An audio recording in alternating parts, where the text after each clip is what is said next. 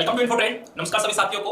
तो आज की क्लासेस हमारी YouTube पे भी चल रही है और प्लस जो हमारा एप्लीकेशन है उस पे भी चल रही है। जैसा कि आप सब जानते हैं हमारी जो सीरीज चल रही है हीट ट्रीटमेंट की सीरीज चल रही है। हीट ट्रीटमेंट में आज आपका सेकंड लास्ट टॉपिक होगा जिसमें मैं आपको बताऊंगा फ्लेम हार्डनिंग, इंडक्शन हार्डनिंग, नाइट्राइटिंग और साइनाइटिंग। जैसे कि आपने थंबनेल भी देख लिया होगा। तो जल्दी सभी स्टूडेंट क्लास में आ जाइए, फिर मैं आपकी क्लासेस को चालू करता हूं। Okay, hello hello hello hello सभी को, हेलो सभी को। तो मैं क्लासेस को चालू करता हूं। तो सबसे पहले मैं आपको अपने कोर्स के बारे में बताना चाहता हूं। बहुत इंक्वायरी आ रही है हमारे पास, सर आपका एमजीएम जो कोर्स है वो आपका कैसा कोर्स है, जिसमें हम आपको मैं पहले ही बता चुका हूं। इसमें मैं डेली वाइज आपको शाम 6:30 या 6 बजे आपको डेली लाइव क्लासेस देता हूं। इसमें कौन सीरीज चल रही है? हमारी सरफेस हार्डनिंग की सीरीज हमारी चल रही है। तो सरफेस हार्डनिंग में मैंने आपको इससे पहले जितनी भी चीजें थी सारी चीजें बिल्कुल डिटेल में जाके बता दिया है। सरफेस हार्डनिंग के बारे में मैं आपको एक बार दोबारा इसकी चीज बता देता हूं कि कौन सी चीज को हम कैसे कैसे कहां यूज करेंगे। तो सरफेस हार्डनिंग का मतलब क्या होता है? यानी किसी भी चीज की जो ऊपरी सरफेस होती है, ज्यादातर जो आज का जो आधुनिक टाइम है उसमें हमें ऐसी सरफेस चाहिए होती है जो कैसी हो, जो वियर रेजिस्टेंस हो और जिनका कोर क्या हो, टफ हो और झटकों को सहन करने लायक हो। तो ज्यादातर जो हम सरफेस होती है उन्हें हम क्या करेंगे, सरफेस हार्डनिंग की प्रक्रिया द्वारा उनकी जो ऊपरी सरफेस होती है उन्हें क्या कर देते हैं, हार्ड कर देते हैं। जिनके 4 मेथड होते हैं। कौन कौन से? केस हार्डनिंग, नाइट्राइटिंग, फ्लेम हार्डनिंग और इंडक्शन हार्डनिंग। जिसमें मैंने आपको केस हार्डनिंग मैंने आपको बता दिया था। केस हार्डनिंग किस पे करते हैं? हम ज्यादातर माइल्ड स्टील के पार्ट पे करते हैं या लो कार्बन स्टील जिसे हम कहते हैं। उसमें क्या करते हैं, उसकी पार्ट की सतह के ऊपर हम क्या कर देते हैं, कार्बन की परत चढ़ा देते हैं। जिससे क्या होता है, आपके माइल्ड स्टील की पार्ट की जो सरफेस होती है वो घिसने से बच जाती है। तो ये सब क्या थे, हमारे सरफेस हार्डनिंग के हमारे ट्रीटमेंट थे, जिसके बारे में आज हम डिस्कस करेंगे। किसके बारे में? नाइट्राइटिंग के बारे में, फ्लेम हार्डनिंग के बारे में और इंडक्शन हार्डनिंग के बारे में। तो जल्दी से मैं आपको एक बार सरफेस हार्डनिंग की आपको डेफिनेशन बता देता हूं क्या क्या होती है। अच्छी सर्विस कंडीशन हो, लंबे जीवन काल के लिए, यानी इसका लाइफ क्या हो, लंबी हो। सरफेस को हार्ड में घिसावट का प्रतिरोधी बनाने के लिए सरफेस हार्डनिंग की जाती है। जिसका कोर क्या होता है, टफ होता है और झटकों को सहन करने वाला होता है। कल भी मैंने आपको बताया था 2 वर्ड होते हैं, केस और एक होता है आपका कोर। तो केस का मतलब क्या होता है, किसी भी चीज का ऊपरी भाग, और कोर का मतलब क्या होता है, आपका अंदरूनी भाग। क्लियर? जैसे सपोज कीजिए अगर यही कोई आपकी जॉब है, इस पर आपको हीट ट्रीटमेंट करना है, तो जो ये ऊपर वाला भाग होगा इसे क्या बोलूंगा मैं, केस, और जो इसके अंदरूनी भाग होता है उसे क्या बोलूंगा मैं, उसे बोलूंगा मैं कोर। क्लियर? तो यहां से आपको ये चीजें समझ में आ जानी चाहिए। क्लियर? ओके, तो नेक्स्ट स्लाइड की तरफ बढ़ते हैं। नेक्स्ट स्लाइड हमारी क्या कहती है, एक मिनट रुकिएगा। ठीक है, ओके। तो अब हम जो डिस्कस करेंगे, अब हम डिस्कस किसके बारे में करेंगे, हम डिस्कस करेंगे किसके, एक मिनट रुकिएगा जरा बस। तो हम किसके बारे में करेंगे, हम डिस्कस करेंगे नाइट्राइटिंग के बारे में। एक मिनट इसमें जरा ओके, तो किसके बारे में डिस्कस करेंगे, हम करेंगे डिस्कस नाइट्राइटिंग के बारे में। तो सबसे पहले मैं आपको ये बताना चाहता हूं कि नाइट्राइटिंग किस पे करते हैं। तो नाइट्राइटिंग हम जब भी करेंगे किस पे करेंगे, आपके जो अलॉय स्टील के पार्ट होते हैं, सबसे पहले नाइट्राइटिंग प्रक्रिया उस पे करते हैं। अलॉय स्टील के पार्ट जैसे आपके निकिल हुआ, क्रोमियम हुआ, वेनेडियम हुआ या मोलिब्डेनम हुआ। तो जो नाइट्राइटिंग की प्रक्रिया है किस पे करेंगे, आपके अलॉय स्टील के पार्ट पर करेंगे। इसमें क्या करेंगे, इनके पार्ट पर, किसके पार्ट पर, अलॉय के पार्ट पर क्या करते हैं, नाइट्रोजन के एटम को डालते हैं। तो नाइट्रोजन के जो एटम होते हैं जो आपके स्टील के संपर्क में आते हैं, तो क्या बनाते हैं, या तो वो अलॉय नाइट्राइट बनाते हैं या क्या आपका आयरन नाइट्रोजन बनाते हैं। क्यों बनाते हैं? क्योंकि आपकी जो नाइट्रोजन होती है, इसमें जो नाइट्राइटिंग में जो आप गैस यूज करोगे, जो सरफेस हार्डनिंग के लिए जो आप प्रक्रिया यूज करोगे, उसमें कौन सी गैस का यूज करोगे आप, नाइट्रोजन। ये बात जान लीजिए, इंपोर्टेंट आपके लिए चीज ये हो जाती है। तो जब नाइट्रोजन आपकी पार्ट के सतह के साथ संपर्क में आएगी ना, तो क्या बनाती है, वो आयरन नाइट्राइट बनाती है। क्लियर? तो सबसे पहला क्वेश्चन यहां से यही आता है। मैं क्वेश्चन भी डायरेक्ट आपको बताता चलूंगा क्वेश्चन कैसे कैसे आते हैं। सबसे पहला क्वेश्चन कि नाइट्राइटिंग आपके किस पार्ट पर की जाती है, तो या तो अलॉय स्टील के पार्ट पर की जाएगी। और इसमें कौन सी गैस यूज करते हैं, इसमें गैस यूज करते हैं आपकी नाइट्रोजन। इसमें गैस हम इसमें यूज करते हैं। कैसे यूज करते हैं, ध्यान सुन लीजिएगा। सपोज कीजिए ये कोई भी सॉरी क्या होता है, एक आपके पास कोई गैस टाइप जो होता है, चैम्बर होता है, ठीक है, यानी उसमें आप गैस डालेंगे। कौन सी गैस डालते हैं, इसमें आप नाइट्रोजन डालेंगे। और नाइट्रोजन किसके रूप में डालते हैं, अमोनिया के रूप में। ठीक है, तो अमोनिया यानी NH3। क्लियर? तो अमोनिया जो होती है वो किसमें जाके टूटती है, किसमें जाके डिफ्यूजन होता है उसका, नाइट्रोजन में, और उसका हाइड्रोजन में जाके वो टूट जाती है। कौन सी अमोनिया गैस किसमें टूटती है, नाइट्रोजन में, नाइट्रोजन में और हाइड्रोजन में जाके टूट जाती है या डिफ्यूज हो जाती है। इसके अंदर क्या होता है, आपके जो पार्ट होते हैं अलॉय स्टील के पार्ट जो होते हैं वो इसके अंदर डले हुए होते हैं। और इसमें 2 वाल होते हैं आपका, एक इनलेट वाल और एक आपका आउटलेट वाल। तो इसके पार्ट से जो ये इनलेट वाल होगा, इस पार्ट से आपकी नाइट्रोजन गैस को या सॉरी अमोनिया गैस को अंदर डालते हैं। और इसमें अंदर डालते हैं कुछ टेंपरेचर तक इसके अंदर हम डालते हैं। और जब आपकी जो गैस होगी, ये वाली जो पार्ट होगे, इनके ऊपर जम जाएगी, तो ये एग्जिट जो वाल होगा, इससे ये सारी गैस होती है बाहर निकल जाती है। और ये कितने टेंपरेचर पे की जाती है, आपकी 500 से 550 डिग्री टेंपरेचर पे आपकी की जाती है। तो ये क्या होती है, आपकी ये पूरी नाइट्राइटिंग की ये आपकी पूरी प्रोडक्ट होती है। तो इसके बारे में मैं आपको एक बार जल्दी से बता देता हूं कि ये हमारा क्या क्या है। ओके, तो जल्दी से एक बार देख लीजिए हमारा नाइट्राइटिंग हमारा क्या कहता है। तो नाइट्राइटिंग हमारा क्या कहता है, नाइट्राइटिंग का तात्पर्य क्या होगा, एक मिनट रुकिएगा जरा। तो नाइट्राइटिंग का हमारा क्या होगा, नाइट्राइटिंग का तात्पर्य जो कि सतह पर नाइट्रोजन की मात्रा को बढ़ाना। क्लियर, पहला पॉइंट क्लियर। इस विधि के द्वारा अलॉय स्टील जैसे कि nickel steel, chromium steel, nickel chromium steel आदि की ऊष्मा का उपचार किया जाता है, यानी पार्ट की सतह पर नाइट्रोजन डालते हैं। क्लियर, आगे वाली साइड क्या कहती है, यह विधि अलॉय स्टील के पार्ट की सतह को हार्ड करने के लिए की जाती है। इस विधि में पार्ट्स को अमोनिया गैस के साथ, मैंने बताया था अमोनिया गैस क्या, NH3 की गैस के साथ कितने टेंपरेचर पर छोड़ते हैं, इलेक्ट वॉल में जो डालेंगे कितना 500 से 550 तक तापमान देकर गर्म किया जाता है और पार्ट्स को धीरे धीरे ठंडा होने दिया जाता है। इससे अमोनिया के नाइट्रोजन पार्टों की सतह को क्या कर देता है, हार्ड कर देता है। क्लियर, और सामान्यतः पार्ट को अमोनिया गैस के साथ 50 घंटे तक गर्म करके उनकी सतह को 0.4% mm गहराई तक क्या कर देते हैं, हार्ड कर दिया जाता है। यानी क्या, सपोज कर लीजिए अगर कोई आपकी ये, अगर सपोज कीजिए कोई भी आपकी, एक मिनट रुकिएगा मैं आपको जरा दोबारा दिखा देता हूं एक बार,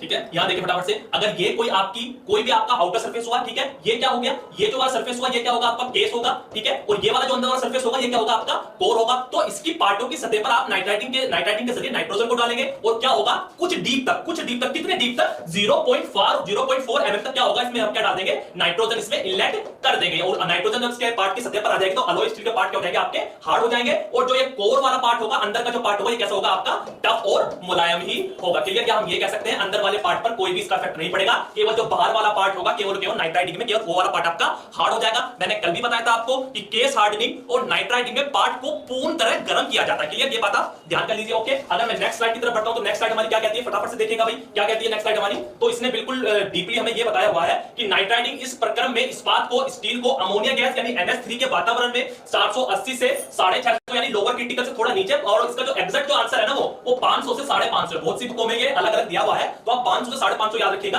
कि बीच गर्म किया जाता है। इस तापमान पर अमोनिया का विघटन का मतलब होता है डिफ्यूज। किस पे डिफ्यूज हो जाती है, वो नाइट्रोजन तथा हाइड्रोजन में हो जाती है। नाइट्रोजन इस्पात की सतह में प्रवेश करके अल्फा लोहे से मिलकर, अल्फा लोहा का मतलब मैंने आपको बताया था कि जब आपकी गर्म आयरन, जो आपकी जो अमोनिया गैस होगी, सॉरी जो नाइट्रोजन गैस होगी, गर्म लोहे के साथ आप क्या करेंगे, वो रिएक्शन करेगा तो क्या बना था, वो आयरन नाइट्राइड बनाता है, या अल्फा लोहा जो बोला था वो ये बनाया था। क्लियर, कि जब रिएक्शन करेगा आप आपकी नाइट्रोजन किसके साथ, गर्म लोहे के साथ, तो अल्फा लोहे से मिलकर इसे क्या कर देगी, वो सैचुरेट कर देगा। बिल्कुल सही। नाइट्राइटिंग द्वारा तैयार सतह अत्यंत कठोर होती है। अत्यंत कठोर का मतलब यानी ये केस हार्डनिंग से ज्यादा हार्ड होती है। ओके, इसलिए नाइट्राइटिंग से प्राप्त सतह घिसावट होती, वियर रेजिस्टेंस बन जाती है। नाइट्राइटिंग क्रिया के लिए आवश्यक तापमान अन्य क्रियाओं जैसे कठोरीकरण, हार्डनिंगकरण, कार्बोनाइजिंग आदि की तुलना में कम रखा जाता है। क्यों कम रखा जाता है, क्योंकि हार्डनिंग में मैंने आपको बताया था, हार्डनिंग में टेंपरेचर कितना रख देते हैं हम, अपर क्रिटिकल से 30 से 50, और अपर क्रिटिकल कितना होता है हमारा, बहुत ज्यादा होता है। मगर जो नाइट्राइटिंग तो टेंपरेचर आपका 500 से 550 के बीच में रख रहे हैं ना, तो वो जो आप कह रहा है वो यही लाइन कह रहा है। ओके, क्रिया के पश्चात शीतलन की आवश्यकता नहीं होती। इस बात को राइट डाउन कर लीजिएगा कि नाइट्राइटिंग में आपको जब जॉब को आपने हीट ट्रीटमेंट कर दिया तो उसे क्विंचिंग करने की आवश्यकता नहीं होती है, वो धीरे धीरे आप उसे धीरे धीरे ही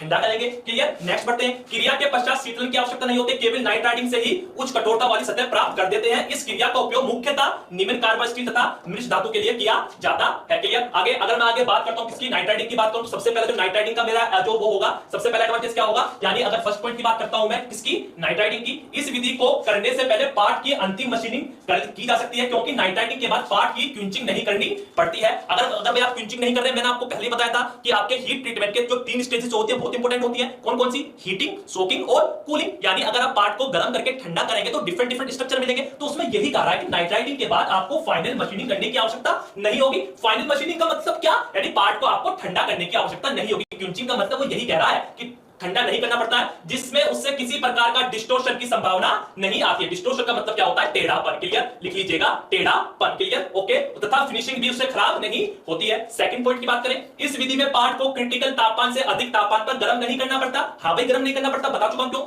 जिससे आपकी वार्पिंग और डिस्टोर्शन का खतरा नहीं रहता। वार्पिंग का मतलब होता है मुड़ना, ठीक है, और इसके करने से पार्ट कठोर होने के साथ साथ जंग अवरोधी भी बन जाते हैं। इसके करने से पार्ट कठोर हो जाते हैं और कम घिसते हैं। इससे पार्टों में टूट फूट रोधक की सामर्थ्य प्राप्त होती है। तो ये क्या होते हैं, आपके नाइट्राइटिंग के एग्जांपल होते हैं। क्लियर, ओके, तो आई थिंक यहां से आप सभी स्टूडेंट को समझ में आ जाना। हेलो सर, एप्लीकेशन पे क्लास नहीं चलेगी क्या, एप्लीकेशन पे क्लास चल रही है बेटा, एप्लीकेशन पे क्लास चल रही है आपकी। ठीक है, तो जो नाइट्राइटिंग था आपका कंप्लीट हो जाना चाहिए। इंपॉर्टेंट इसमें जो चीजें आती हैं वो आपने दोबारा बता देता हूं। सबसे पहले नाइट्राइटिंग किस पार्ट पे की जाती है, आपके लो स्टील के पार्ट पे की जाती है। कौन सी गैस यूज करते हैं आप इसमें, नाइट्रोजन गैस यूज करते हैं। फिर वो डिफ्यूज किसमें होती है, आपकी अमोनिया में और हाइड्रोजन में। टेंपरेचर कितना रखते हैं, 500 से 550 का यूज करते हैं। इसके एडवांटेजेस की बात करूं तो क्या होगा, इसे शीतलन करने की हमें आवश्यकता नहीं होती है, इसमें डिस्टोर्शन की हमारी खतरा नहीं रहता। तो ये सब नाइट्राइटिंग के क्या होते हैं, नाइट्राइटिंग के ये बेनिफिट होते हैं। ठीक है, तो आई थिंक नाइट्राइटिंग आप सभी को यहां से समझ में आ जाना चाहिए कि नाइट राइडिंग के हमारे ये बेनिफिट हमारे होते हैं। क्लियर? ओके, तो आप सभी को नाइट राइडिंग समझ में आ गया होगा। ठीक है, अब दूसरा जो बढ़ते हैं, दूसरा हमारा क्या है? Flame hardening. बिल्कुल ध्यान से समझिएगा ऐसे भी। दूसरा क्या है हमारा? Flame hardening. क्लियर? एक बार कमेंट पढ़ूंगा आपके, एक बार कमेंट पढ़ूंगा आपके, एक मिनट रुकिएगा, बस एक मिनट रुकिएगा भाई। सर ग्राम कैसे करते, सर ग्राम कैसे करते हैं, ये ग्राम गैस की प्रवेश कैसे करते हैं? हेलो सर, प्रणाम राकेश, प्रणाम। सर नहीं चल रहा है। हेलो सर, एप्लीकेशन पे क्लासेस चल रही है क्या भाई? हेलो सर, प्रणाम। क्लियर? ओके, ठीक है। तो दूसरा क्या है हमारा? दूसरा है हमारा फ्लेम हार्डनिंग। तो दूसरा प्रोसेस क्या है हमारा? सरफेस हार्डनिंग का, फ्लेम हार्डनिंग। तो फ्लेम हार्डनिंग को पढ़ाने से पहले मैं आपको ये बताना चाहता हूं कि आपकी फ्लेम हार्डनिंग और इंडक्शन हार्डनिंग, नाइट राइडिंग और आपकी केस हार्डनिंग में क्या था? जॉब को पूर्णतः गर्म कर रहे थे, मगर फ्लेम हार्डनिंग में और इंडक्शन हार्डनिंग में केवल जॉब की ऊपरी सतह को आप क्या करेंगे? गर्म करेंगे। क्लियर? ठीक है, तो बढ़ते हैं सबसे पहले फ्लेम हार्डनिंग की तरफ। तो सबसे पहली बात, फ्लेम हार्डनिंग किस पे करेंगे? ठीक है, तो फ्लेम हार्डनिंग किस पे करते हैं? आपके मीडियम कार्बन स्टील पर। क्लियर? जो आपका पार्ट मीडियम कार्बन स्टील का बना होगा या कास्ट आयरन का बना होगा। क्लियर? ओके। अगर मैं नाइट राइडिंग की बात करता हूं तो नाइट राइडिंग में कहां हो रहा था? नाइट राइडिंग का पार्ट का यूज करता अलॉय स्टील के पार्ट पर, जो आपके निकल क्रोम स्टील के हो गए। और ज्यादातर जो नाइट राइडिंग का यूज करता हूं मैं कहां? जो आपके ऑटोमोबाइल्स के होते हैं ना, जैसे आपके गियर्स हो गए, कैम हो गए, या जो आपके इंजन के पार्ट्स होते हैं, वहां आपकी नाइट राइडिंग यूज होती है। क्लियर? ओके। अगर मैं बात करता हूं फ्लेम हार्डनिंग की, फ्लेम हार्डनिंग किस पार्ट पे केयर करेंगे आप? किस मटेरियल पे करेंगे? मीडियम कार्बन स्टील पर, और जो आपके कास्ट आयरन के पार्ट हो गए। क्लियर? ओके। आपने सुना होगा कि लेथ के बेड पर कौन सा ट्रीटमेंट करते हैं, यानी लेथ का जो बेड होता है, अगर उस सरफेस को मुझे हार्ड करना हो तो कौन सी प्रक्रिया करते हैं? उसमें फ्लेम हार्डनिंग प्रक्रिया करते हैं। बहुत बार पेपर में क्वेश्चन आया हुआ है। क्लियर? ठीक है, तो फ्लेम हार्डनिंग का मतलब हम जानते हैं। फ्लेम हार्डनिंग का मतलब क्या होता है? फ्लेम का मतलब क्या होता है? ज्वाला। और हार्डनिंग का मतलब क्या है? अगर मैं सरफेस हार्डनिंग के बारे में पढ़ रहा हूं तो यानी किसी भी जॉब की ऊपरी सतह को वो हार्ड करेगा। तो फ्लेम हार्डनिंग का मतलब ये होगा, यानी इस प्रक्रिया में जॉब की या कोई भी आपका पार्ट हो उसे हार्ड करूंगा। किसके द्वारा? किसी फ्लेम के द्वारा। तो कौन सी फ्लेम यूज करता हूं मैं फ्लेम हार्डनिंग में? Oxy acetylene. ठीक है, लिख लीजिएगा कौन सी यूज करूंगा बच्चों? Oxy acetylene. ऑक्सी एसिटिलीन का मतलब यानी ऑक्सीजन और एसिटिलीन का टेम्परेचर, ऑक्सीजन और एसिटिलीन का गैसों का मिश्रण, या मैं इसमें कौन सी गैस यूज करूंगा? आपकी नेचुरल गैस यूज करूंगा। क्लियर? तो ये सारी बातों को राइट डाउन करके लिख लीजिएगा। पेपर में क्वेश्चन यहीं से घूमता है, बहुत इंपॉर्टेंट टॉपिक है आपके हीट ट्रीटमेंट के। क्लियर? तो पहला क्वेश्चन आपका, दो क्वेश्चन इसमें से यहां ये बन गए कि फ्लेम हार्डनिंग किस मटेरियल पे यूज करेंगे? मीडियम कार्बन स्टील पर या कास्ट आयरन पे, कास्ट आयरन के उस पर या लेथ के बेड पर, और इसमें कौन सी गैस यूज करते हैं? ऑक्सी एसिटिलीन या नेचुरल गैस इसमें यूज करते हैं। क्लियर? ओके। अगर मैं बात करता हूं ये होती कैसे है, तो ये देख लीजिए, ये होगी कैसे, ये कैसे होती है। एक मिनट रुकिएगा, मैं आपको जरा इसका इमेज दिखा देता हूं एक बार। क्लियर? ओके। आपको ये चीज दिखी, आपको यहां ये डायग्राम दिख रहा है? सर दिख रहा है, बिल्कुल दिख रहा है। क्लियर? ओके। तो मैं बस इसमें आपको यही बताना चाहता हूं कि इसमें हमारी कौन कौन सी गैस हमारी यूज करते हैं। तो कौन सी गैस यूज करेंगे? ऑक्सी एसिटिलीन यूज करेंगे। कैसे करेंगे? सपोज कीजिए ये कोई भी आपके पास, ये देख पा रहे हैं, ये क्या हमारी, ये कोई भी आपके पास वर्क पीस है। ये क्या है? कोई भी आपका वर्क पीस है। तो उसमें क्या होगा? एक आपका बर्नर, एक आपका क्या होगा? बर्नर होगा। बर्नर का मतलब जिसमें आपकी ऑक्सी एसिटिलीन गैस जो होगी वो सप्लाई होगी, या उसमें कोई भी नेचुरल गैस होगी वो सप्लाई होगी। आप ये देख पा रहे हैं, फर्स्ट वाला जो आप देख पा रहे हैं, ये फर्स्ट वाला यानी ये वाला। ठीक है, ये वाला क्या है? क्या लिखा हुआ है? बर्नर लिखा हुआ है। ओके। तो ये बर्नर होता है, इस पर आपकी गैस दी, इस पर आपकी गैस जो होती है, गैस इनलेट होती है, इसमें से आपकी गैस निकलती है। और इसके जस्ट पीछे जो आप ये देख पा रहे हैं, ये वाला, ये क्या है? ये हमारा एक पानी का फुवारा है। क्या होता है? ये पानी का फुवारा होता है। इसमें कैसे होता है? आप सपोज कीजिए, अगर इस पार्ट को मैं जूम करके दिखा रहा हूं, अगर कोई भी ये आपकी वर्कपीस था, कोई भी आपकी फ्लैट वर्कपीस था, तो इसमें क्या होगा? सबसे पहले क्या होगा? यहाँ बर्नर लगा हुआ होगा, जिसमें से गैस आपकी इनलेट होगी, यानी इसमें कौन सी गैस यूज करेंगे आप? Oxy acetylene. और उसके बाद जस्ट आपका पानी का फुवारा होगा, और ये कैसे मूव करेगा? ये आपका फॉरवर्ड डायरेक्शन में मूव करेगा, यानी इससे आप ऑक्सी एसिटिलीन फ्लेम को आप इसके पार्ट पर डालेंगे, और पीछे से क्या होगा? जो ये पार्ट गर्म हुआ है, ये पानी का फुवारा जब इस पे पड़ेगा तो जो पार्ट गर्म हुआ था वो क्या कर देगा? उसे ठंडा करता हुआ आगे बढ़ेगा। और जो पार्ट आपका गर्म हो रहा है, पानी का फुवारा उसे धीरे धीरे आगे ठंडा करता हुआ जा रहा है। तो जितना पार्ट आपका ठंडा होता जा रहा है, वो पार्ट आपका क्या हो जाएगी? वो सरफेस क्या हो जाएगी? आपकी हार्ड हो जाएगी। क्लियर हो गई इतनी बात? ठीक है। और जो ये आप जो मैंने आपको बताया था कि फ्लेम हार्डनिंग में क्या होगा? केवल जॉब की ऊपरी सतह को क्या करेंगे? हार्ड करेंगे। क्लियर? तो आप इसमें देख पा रहे होंगे, केवल जॉब की क्या होगी? केवल इसमें ऊपरी सतह ही क्या होती है? हमारी हार्ड होती है। क्लियर? मगर बहुत बार ऐसा होता है कि आपकी जो जॉब की जो अंदरूनी सतह है, ठीक है, यानी जॉब का जो पूरा क्रॉस सेक्शन एरिया होगा वो भी गर्म हो जाएगा। तो इस प्रक्रिया को हम क्या बोलते हैं? इस प्रक्रिया को बोलते हैं जोन हीटिंग। मैं लिख देता हूं, क्या बोलेंगे इसे? Zone heating. जोन हीटिंग किसे बोलेंगे? यानी अगर आपका पार्ट की ऊपरी सतह गर्म हो रही हो या पार्ट का पूरा क्रॉस सेक्शन गर्म हो रहा हो, तो इन दोनों प्रक्रिया को क्या बोलते हैं? जोन हीटिंग बोलते हैं। क्लियर? तो फ्लेम हार्डनिंग में आपको यह पता लग जाना चाहिए कि इसमें क्या होगा? हमारा एक बर्नर होगा जिसमें से आपकी ऑक्सी एसिटिलीन गैस का रिसाव होगा, और पीछे से जस्ट आपका पानी का फुवारा होगा। क्या होगा? यानी ये पार्ट आपका गर्म करता जाएगा, और पीछे से आपको क्या करता जाएगा? ठंडा होता जाएगा। और आपकी जो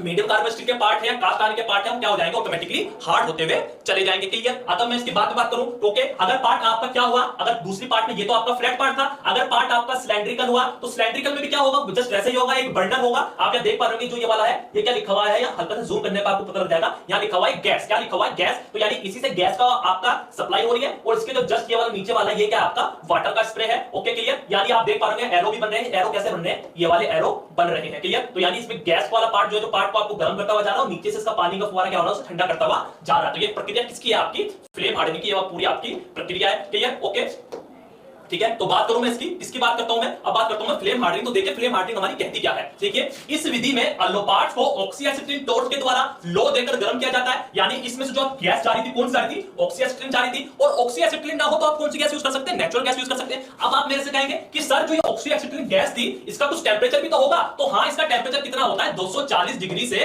3200 डिग्री सेल्सियस। क्लियर? ये बात भी आप राइट डाउन कर लीजिए, पेपर में आया हुआ है। ओके, फ्लेम हार्डनिंग की बात करता हूं, आगे बढ़ता हूं। इस विधि में पार्ट्स को ऑक्सीएसिटिलीन टॉर्च के द्वारा लो देकर गर्म किया जाता है और साथ साथ पानी का फुवारा देकर पार्ट को ठंडा करते हैं। जैसा भी मैंने आपको बताया, यह क्रिया प्राय हाई कार्बन या अलोय स्टील के पार्ट को हार्ड करने के लिए की जाती है। इसके फायदे क्या क्या होते हैं, बेनिफिट क्या क्या होते हैं, और ये भी लिख लीजिएगा कि जो लेथ के जो बेड होते हैं वो भी इसके, या लेथ के बेड पर अगर आपको हार्ड करना हो तो कैसे करेंगे आप? इसी विधि से करेंगे। कैसे करेंगे? तो अगर मैं इसके आपके थोड़े बेनिफिट की बात करूं तो क्या बेनिफिट होगा? पार्ट्स को भट्टी की अपेक्षा जल्दी गर्म किया जा सकता है। हाँ जी, जल्दी गर्म किया जा सकता है। क्यों? क्योंकि भट्टी में तो आपको क्या डालना पड़ेगा? चारकोल डालना पड़ेगा, कोल डालना पड़ेगा, लकड़ी डालनी पड़ेगी, तो उसमें आपको भट्टी को गर्म होने में टाइम लगेगा। मगर इसमें क्या करा आपने? गैस का रिसाव करा और तुरंत उसे गर्म कर दिया। फिर आपको ठंडा भी साथ साथ कर रहे हैं, और ठंडा तो आप क्विंचिंग जो करेंगे, कूलिंग करेंगे तो तेल में करेंगे, तो जहां आपका तेल का पूरा सिस्टम होगा, पानी का सिस्टम होगा, तो पार्ट को वहां ले जाने पड़ेंगे। मगर ये तो पार्ट आपका यहीं गर्म हो रहा नहीं हो रहा, तो पार्ट ठंडा हो रहा नहीं हो रहा, तो पार्ट को भट्टी की अपेक्षा जल्दी गर्म किया जा सकता है। हाँ जी, किया जाता है। और पार्ट्स पर आवश्यकता अनुसार लंबाई और गहराई में हार्डनिंग करी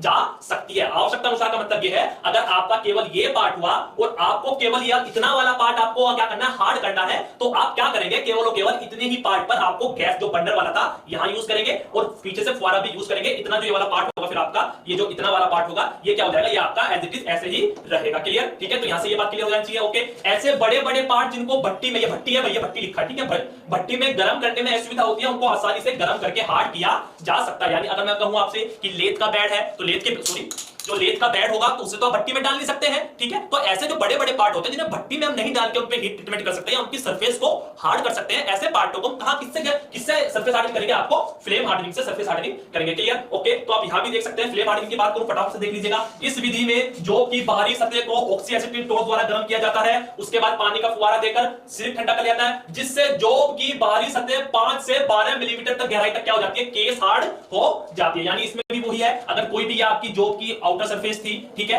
ये जो सरफेस थी, ये क्या था? मेरा केस था। ठीक है, तो यानी इसमें क्या करेंगे? जब आप पानी ओके, जब आप गर्म करेंगे, ठंडा करेंगे, तो केस का जो अंदरूनी भाग होगा कितना? 5 से 12 एमएम क्या होगा? मेरा ये सरफेस इतनी मेरी क्या हो जाएगी? ये सरफेस इतनी 5 से 12 एमएम तक क्या हो जाएगी? हार्ड हो जाएगी। और जो ये अंदर का पार्ट होगा, कोर, ये कैसा होगा? ये टफ होगा, मुलायम होगा, और झटकों को ये इजीली सहन कर सकता है। तो इसने यही कहा कि फ्लेम हार्डनिंग से आप कितने एमएम तक के जॉब को हार्ड कर सकते हैं? कितना? 5 से 12 एमएम तक। और इस विधि के द्वारा मुख्यतः मीडियम कार्बन स्टील के पार्ट को हार्ड करा जा सकता है। ओके, तो यहां देखो फटाफट से। क्लियर? फ्लेम हार्डनिंग किस पे करेंगे? फ्लेम हार्डनिंग से surface hardening process used on medium carbon, mild alloy steel और cast iron to produce hard wear resistant surface on the part. यानी सरफेस को उच्च गिसावट का बनाने के लिए इसका प्रयोग करते हैं, फ्लेम हार्डनिंग का यूज करते हैं। क्लियर? तो यहां से आपकी फ्लेम हार्डनिंग भी आपको समझ में आ जानी चाहिए। अगर एडवांटेजेस की बात करूं, इसके एडवांटेजेस क्या होंगे? इस विधि में जॉब की हार्डनिंग के लिए जॉब को भट्टी में गर्म नहीं करना पड़ता, बल्कि फ्लेम को ही जॉब के पास ले जाते हैं। क्लियर? यानी क्या होगा? अगर कोई बड़ा बड़ा पार्ट होगा, उसे आप भट्टी में नहीं डालेंगे, जो आपकी जो गैस होगा और जो बर्नर जो था आपका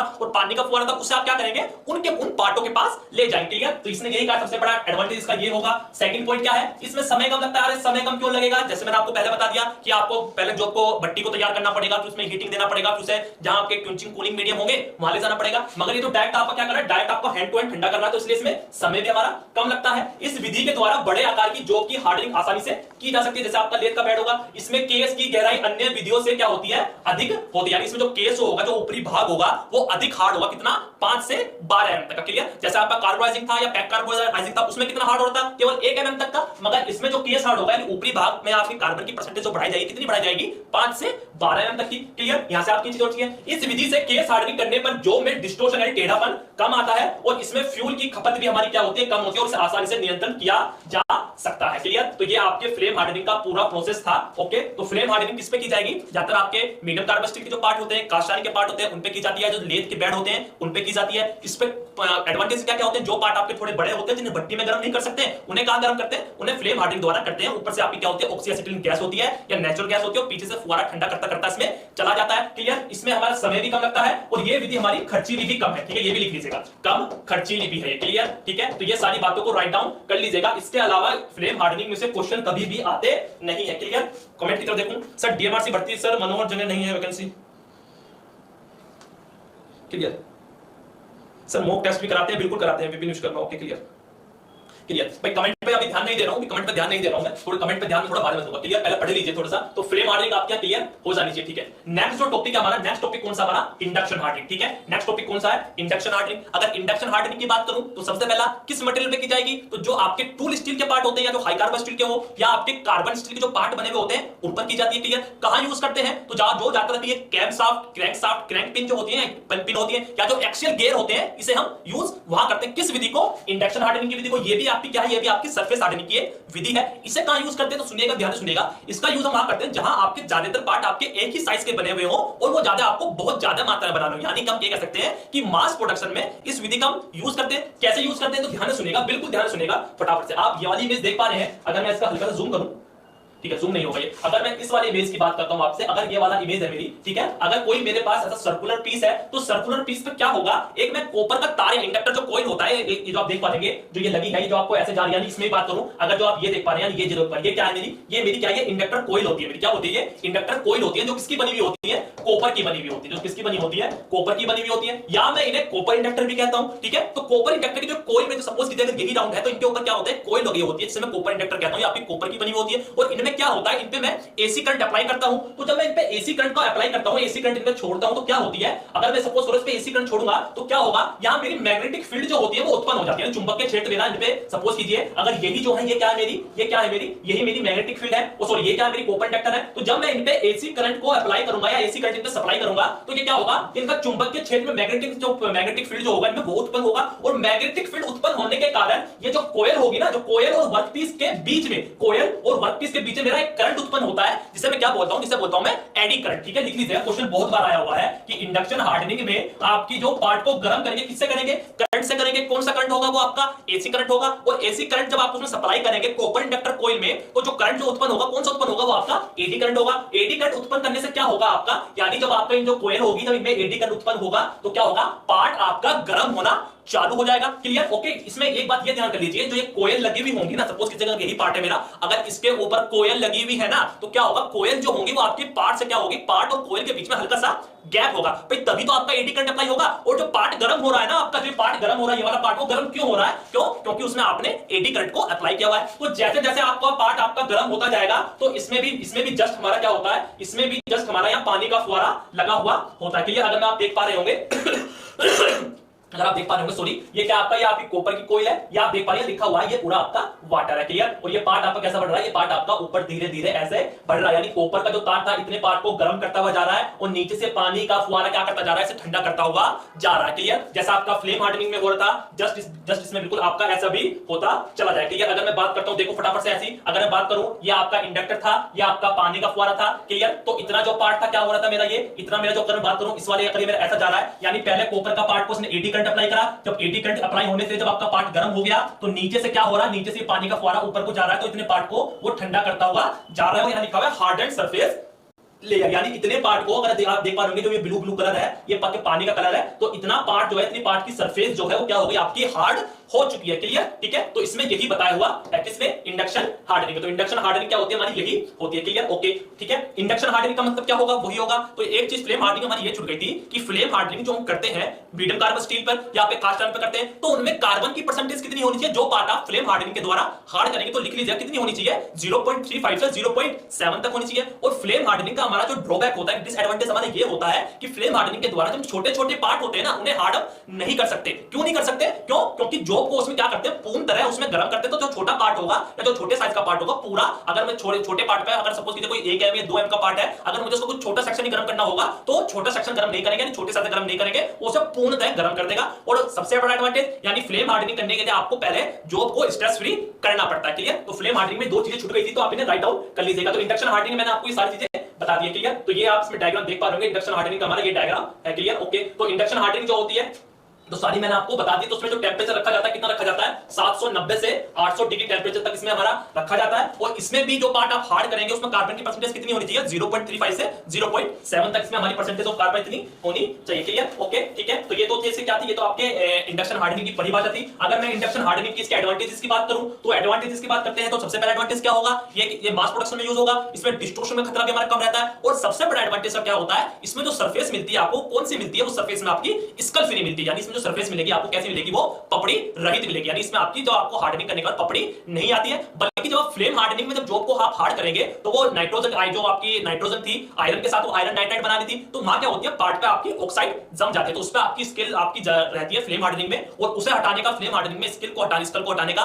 एक जो सबसे बड़ा जो आपका मेथड है, क्या मेथड होता है, बफिंग होता है। बफिंग क्या होता है, बफिंग का एक आपका शाइनिंग प्रोसेस होता है। और ये क्या कब की जाती है, ये पॉलिशिंग के बाद की जाती है। इसमें क्या होता है, इसमें आपके जो पार्ट होते हैं वो शीशे की तरह क्या हो जाते हैं, चमकदार हो जाते हैं। क्लियर? तो आपकी induction hardening clear, flame hardening clear, case hardening मैंने आपको पहले क्लियर करा दी है। क्लियर? और क्या, और आपकी नाइट राइडिंग भी यहां मेरी क्लियर हो चुकी है। इंडक्शन हार्डनिंग कहां होगी मैंने आपको बता दिया, जो आपके क्रैंक शाफ्ट होते हैं, क्रैंक पिन होती है, वहां ये यूज होती है। इसमें आपका टेंपरेचर पूछा जाता है, मटेरियल पूछा जाता है। क्लियर? इसके अलावा इसमें कुछ नहीं पूछा जाता। क्लियर? ओके, तो ये पूरा भी आपका वो था। ओके, क्लियर, ठीक है। अब बात करते हैं किसकी, अब बात करते हैं साइनाइडिंग की। अब किसकी बात करते हैं, साइनाइडिंग की। तो जो साइनाइडिंग होती है ये भी आपकी क्या होती है, ये भी आपकी केस हार्डनिंग के अंतर्गत आती है। क्लियर? ओके, इसमें क्या होता है, ये भी आपके लो कार्बन के पार्ट पर की जाती है। इसमें क्या होता है, इसमें जो आपका डिफ्यूजन होती है, जो आपकी पार्ट की डिफ्यूजन होती है, वो आपके दो में होती है। ठीक है? सबसे पहले तो आप इसमें ये जान लीजिए, इसमें साइनाइडिंग में देखिए फटाफट से क्या कहती है। साइनाइडिंग का तात्पर्य जॉब की सतह पर साइनाइड की मात्रा को क्या होता है, बढ़ाना होता है। यानी इसमें साइनाइडिंग में साइनाइड की मात्रा बढ़ा देते हैं। इस विधि द्वारा मुख्यतः लो कार्बन स्टील एवं मीडियम कार्बन स्टील को हार्ड किया जाता है। ऑटोमोबाइल पार्ट जैसे कि gear, valve, wheel, gear shaft इत्यादि इसी विधि द्वारा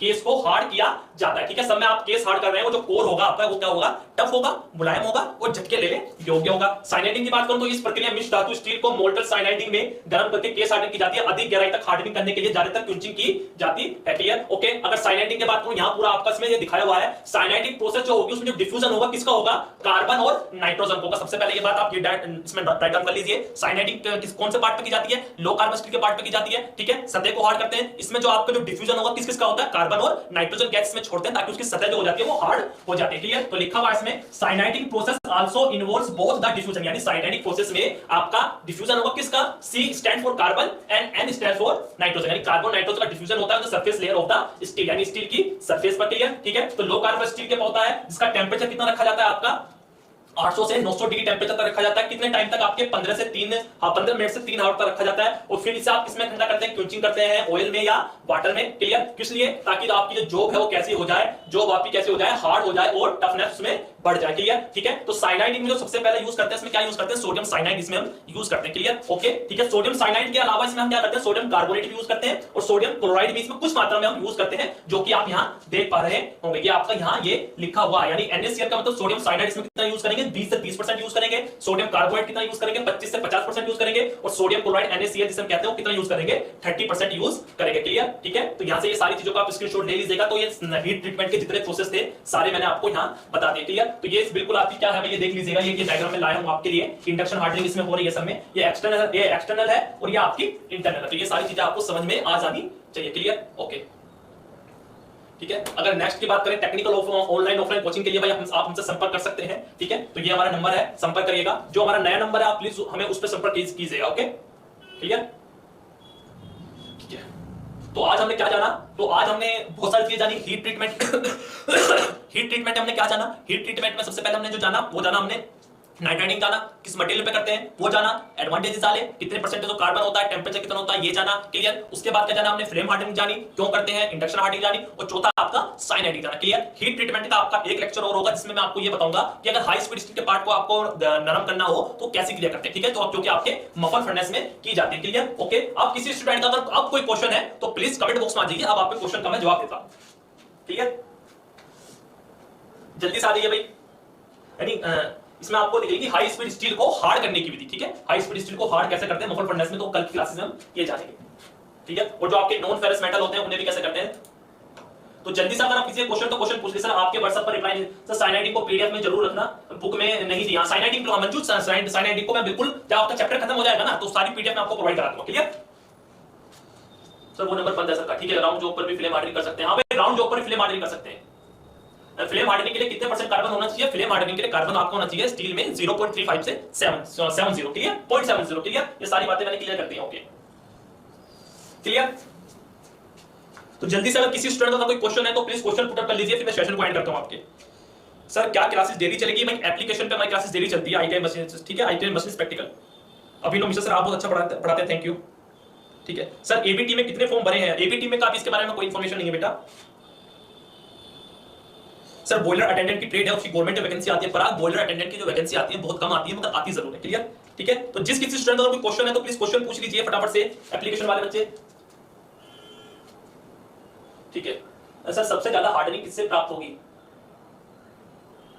अभिषेक जो आप क्वेश्चन पूछ रहे हैं ना, सबसे ज्यादा हार्डनिंग किससे प्राप्त होगी, तो जब मैं आपको कल एमसीक्यू कराऊंगा तो ये चीजें मैं आपको वहां डिस्कस कराता हूं, क्लियर अभिषेक, ठीक है। सर न्यू नंबर क्या है मेरा, ठीक है मैं न्यू नंबर बताता हूं आपको, तो आप मेरा न्यू नंबर भी राइट डाउन कर लीजिए, मैंने टेलीग्राम ग्रुप में भी डाल दिया न्यू नंबर, क्लियर। मगर फिर भी अगर आप कह रहे हैं मेरे से तो मैं आपको न्यू नंबर एक बार बता देता हूं, ये ठीक है, ये देख लीजिएगा, ये आपकी स्क्रीन पर आ गया, क्लियर। तो हीट ट्रीटमेंट मैंने बिल्कुल भाई आपको डिटेल में जाकर समझा दिया, प्रॉपर्ली बिल्कुल डिटेल में जाकर बताया है कि क्वेश्चन कैसा कैसा आता है, कैसे कैसे क्वेश्चन इसमें से पूछा जाता है, क्लियर क्लियर, ओके ठीक है। ओके सर आप बहुत अच्छे, कुंदन गुप्ता सर आप बहुत अच्छी तरह समझाते हैं, थैंक यू भाई। सर डीएमआरसी भर्ती कब तक आएगी भाई, ये वैकेंसी के बारे में अभी नहीं पता है, किसी भी वैकेंसी के बारे में, क्लियर मनोहर लॉ फिटर, क्लियर, ओके। तो आज की ठीक है, तो जल्दी से मुझे भाई फटाफट से कमेंट बॉक्स में एप्लीकेशन वाले स्टूडेंट्स और प्लस यूट्यूब वाले स्टूडेंट्स फटाफट से कमेंट बॉक्स में मुझे लिख के ये बता दीजिए नाइट्राइडिंग, फ्लेम हार्डनिंग और आपको इंडक्शन हार्डनिंग, साइनाइडिंग, अगर ये सब समझ में आ गई है तो प्लीज कमेंट बॉक्स में मुझे यस लिख के भेज दीजिए, प्लीज कमेंट बॉक्स में मुझे यस लिख दीजिए मेरी संतुष्टि के लिए, ताकि जो मैंने आपको पढ़ाया है वो सारी चीजें आपको समझ में आ गई है या नहीं आया है, प्लीज भेज दीजिए भाई जल्दी। सभी स्टूडेंट कमेंट बॉक्स में मुझे यस लिख के भेज दीजिए अगर ये सारी चीजें आपको समझ में आ गई है तो। फिर मैं सेशन को आपके एंड करता हूं, सर नोटिफिकेशन भी नहीं आया तो सर क्वेश्चन पीडीएफ में देना, बिल्कुल डाल देंगे, ठीक है प्रशांत। क्वेश्चन में आप क्वेश्चन भी आपको डाल दूं, क्लियर। क्वेश्चन मैं आपको कल डिस्कस करूंगा हीट ट्रीटमेंट के, जितने क्वेश्चन हीट ट्रीटमेंट के आए हुए हैं, क्लियर। जल्दी से प्लीज आप मुझे कमेंट बॉक्स में यस लिख के भेज दीजिए अगर किसी स्टूडेंट को कोई क्वेश्चन है, तो मेरा ये वाला नंबर है व्हाट्सएप वाला, प्लीज आप इस पे व्हाट्सएप कर दीजिएगा, और अदरवाइज कमेंट बॉक्स में यस लिख के भेज दीजिए अगर सब चीज समझ में आ गई है तो। मनोहर लोधा फिटर, क्लियर, ओके।